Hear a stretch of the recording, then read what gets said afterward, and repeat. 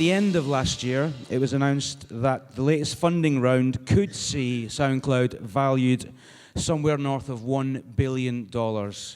They'd be joining Spotify and Uber in a very exclusive club, if that was anywhere near accurate. In December, SoundCloud said they had 175 million unique monthly users, and that 12 hours of audio was being uploaded every minute. So firstly, Alex, those last two figures only, the 175 million unique users and the 12 hours of audio.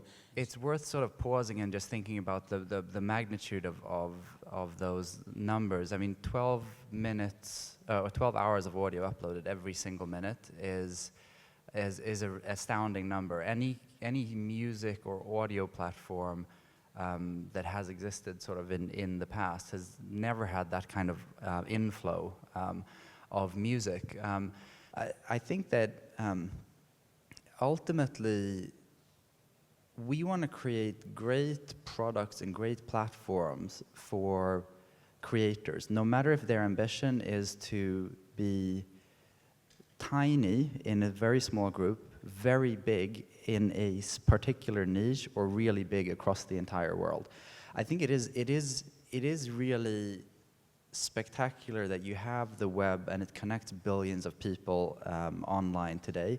So as a creator, being able to reach all of those billions or a subset of them, no matter where they are in the world, is something that we want to help do.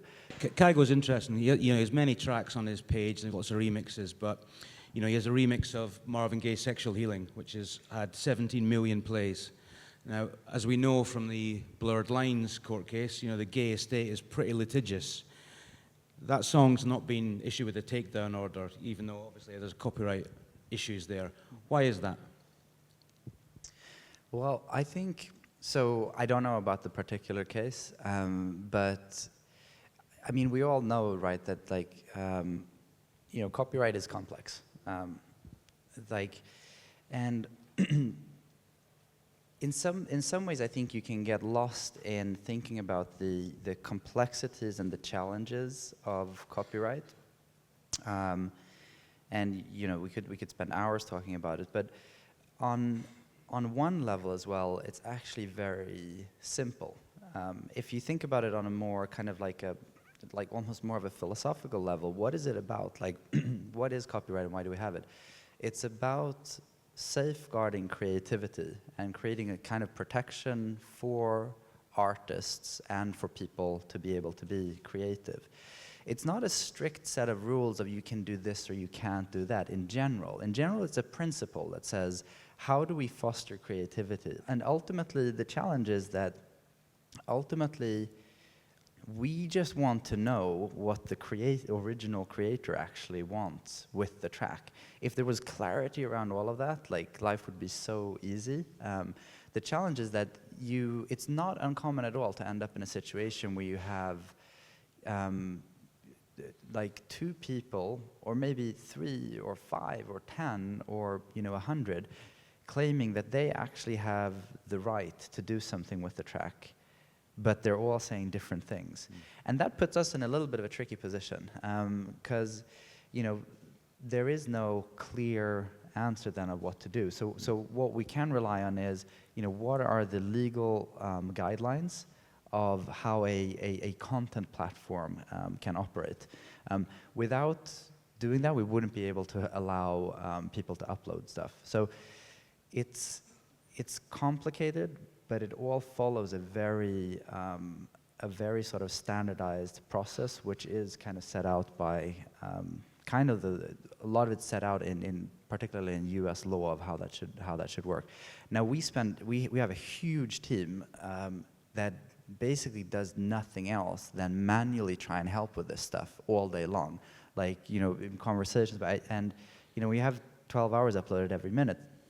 There's a lot of conversations. So we spend a lot of time trying to figure out, how we can help in those instances where there are disputes, but it's also not possible to always have the exact answer what to do. We started with SoundCloud 7 or 8 years ago, so we've been on a long path with this. And our first sort of step, our first chapter in that path was really building, how we saw it, by building great tools for artists. Kind of back to this point of like, okay, the web doesn't serve artists well. What can we build for artists to make better use of the web? That was sort of the first chapter. The second chapter was how do we open the platform up more to listeners so that from a creator perspective, you can really use it to build audience.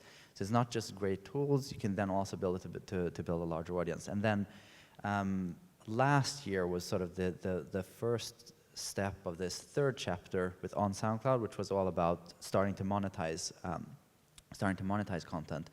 And if you look at all of that, you know, in total, it's a very simple arc in a way. Like what we're doing is actually remarkably straightforward. It's like building the best tools for artists, creating ways of building a large audience, and then creating ways for monetizing that audience. It's an arc, but it seems to be quite a gentle arc as well. And as you say, the monetization process does seem to be, you know, tentative, you might say. You know, by all accounts, your ad sales team is only 2 or 3 people. You've only launched it in the States. And I guess the feeling from creators is that, you know, they're feeling this pain. You know, they can't see the long-term vision. They can't see how a company that is allegedly valued north of $1 billion isn't paying back now, and nor can they understand why their bedroom remix of Rihanna is being taken down. Do you understand why the creators are feeling that pain and the frustration that this success of the platform that was built off these people's labor, in a way, they're not getting any payback? Absolutely, and it's like, you know, what I can say is like the challenges around solving the space are pains that we feel as well. I mean, that's what I spend my entire day on trying to solve. And why I think part of this is a long arc is that we're actually trying to change things quite significantly. There's a lot of creativity that's happening in the world that we all know is like essential, like the cultures around UGC, around remixes, around derivative content, all this that we know is part of life, is part of contemporary culture, is incredibly powerful. All of that has, like, for a long time been sitting outside of the industry completely, like completely outside of it, and nobody's doing anything about it. And to fix that, we've said we're going to fix it. And that means we need to reshape parts of the industry. We need to build technology that's never existed before. We need to influence creators and lawmakers across multiple different territories to be able to get to that point where creativity is more free. That kind of expression actually works. There's more freedom for the bedroom creator to do something. And on top of that, we want to build out ways to be able to monetize and actually get paid back on that as well. So I think when you think of it like in that scope, it's like there's a lot of things on our to-do list. If it's about, you know, if it's not about having better tools, if it's not about having control, if it's not about promotion, if it's not about building an audience, if it's not about getting more awareness, if it's only about, you know, I have this track and I just want to monetize it to the max, then probably don't put it on SoundCloud, you know? Like maybe put like part of it there and put that somewhere else. Like that would be my advice, like to a creator. If you want like some of the best tools for it, if you want to build a large audience, if you want to get promotion for that new track, monetize it somewhere else, then I would absolutely use SoundCloud for that. But the most important thing is that for you as an artist, you have the control over if it's up or if it's down, how it's monetized. That's the thing that's really important for us. You know, if we were monetizing more, there would be more payouts as well, but we also want to make sure that we're doing that in a smart way, not just kind of plaster a bunch of banner ads all over the place and ruin sort of the great experience that SoundCloud is as well. Okay. I mean, as the deadlock between, you know, Spotify and Universal over freemium kind of indicates, the major labels just don't like ad-funded freemium. They don't think there's enough income being generated from it. What's your position on that? I think that there's a lot of there's a lot of discussions happening at the moment which seem to be about the same thing, but are not always about the same thing. So that's a bit cryptic, but Sound like Dick Cheney. My point is basically this, that I think there are a lot of headlines out there saying that this person or that person doesn't support free on-demand streaming, whereas like I think that's not quite the issue. Like if you think about like, you know, radio is digital streaming as well, and people absolutely see ad-supported radio as something that exists. So even just there, the whole kind of thing gets a little bit more complicated. I think the big issue is this, that we're all trying to figure out, we're all basically looking at one big challenge, which is this.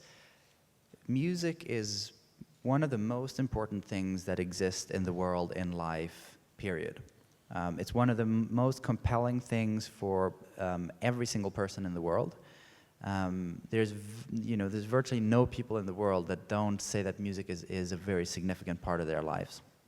So if you think about if you try and translate that in sort of like a business perspective, it's like, okay, it's basically a product that every single person wants.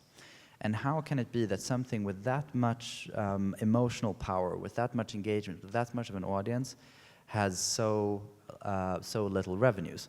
That's the big overall question. And what I think is happening now is that people are also looking at, you know, the idea of the value of content, and the value of different kinds of content and the degrees of which you can monetize against it. Where in many discussions I hear people saying, you know, if you look back a couple of years, we kind of went from, you know, but CDs monetize better than downloads, and the downloads monetize better than subscription. Subscription monetizes better than advertising. There's always this sort of like comparison between different formats that doesn't always make sense. I think if you look at subscription, it does pay more per user than advertising. But it doesn't mean that you can get everybody into a subscription. Just because you can get a higher price from somebody doesn't mean that you can get that price from everybody. And I think that sometimes there's a perspective that if we would not have ad supported, it would all be in subscription, which I think is just not a useful way of thinking, because I think that's not going to happen. So I think that the solve is actually very straightforward. It's a mix between ad supported and subscription, but the challenge for all of us as an industry is like where we draw the line between the two. How do we segment users between ad supported and subscription? I don't think it doesn't make sense to look at a world that would only be subscription or that would only be advertising. SoundCloud did say it was going to launch a premium subscription service in the first half of this year. We're almost up to the first half of this year. When are we going to see that? This year. This year. Okay. I mean, you know, it is in a way, 2015 is year zero in a way. There's so much movement, you know. Apple's obviously bought Beats for $3 billion. They're expected to launch their streaming later this summer, maybe September. Yep. Reports are that they're pushing the majors to lower the cost of a monthly streaming package from $10 to $5. And they're pushing the majors to kill Spotify's free tier. You know, if a deep-pocketed rival like Apple can do that and launch a subscription service at a very competitive price point, how does SoundCloud respond to that? Well, again, I mean, like we have our path quite clearly sort of mapped out, and we're just kind of like working away at that. But I do think that it's an incredibly exciting and interesting time for music overall. There's a lot of players out there making some big bets at the moment, and a lot of different opinions about where things should land, and it's a very interesting time. Like, and I think that's sort of like on the industry level. And then again, going back to like what we talked about before, I think that we're also like at a point where there's much more creativity than there has been before, and there's much more of a desire to sort of accept that creativity, especially around sort of derivative content and remixes and this stuff. And there's sort of an excitement around the industry to create something out of that as well. So SoundCloud is getting caught in the crossfire of this big, as you say, a lot of big players moving around between the labels and the content owners and, you know, the streaming services. I mean, do you feel that? Are you getting caught in the middle? I feel like we have our perspective on what it should look like. Others have their perspective on what it should look like. And I think, you know, more jointly than anything else, we're going to figure out what it actually should look like. So, you know, there's you can't be involved and try and shape the future to a part that to a way that you think is better without being involved in a little squeezing. What I can say is that the challenges that we've taken on to try and solve are not small. Like, there is no solve out there for derivative content. So our perspective was, we can either pretend that that's not an issue and sort of live with it being gray zone around there, or somebody's going to step up and try and solve that with all the complications that it means. All the legalities, the technical systems, dealing with different industry entities, all of this stuff. And all I can say there is that, you know, we've worked incredibly hard for many years, and are going to keep working incredibly hard for many, many years to try and solve all of this ecosystem. And, you know, we're constantly listening. We're constantly excited about what people are doing on the platform. The growth of it is still phenomenal. So we are excited about being able to solve a lot of these challenges, but I'm not going to say that we're going to, like, you know, solve everything overnight. It's bigger problems that we're trying to solve for the creative community. Okay. Alex, thank you very much for joining IMS. Much appreciated. Thank you. Thank you, Craig.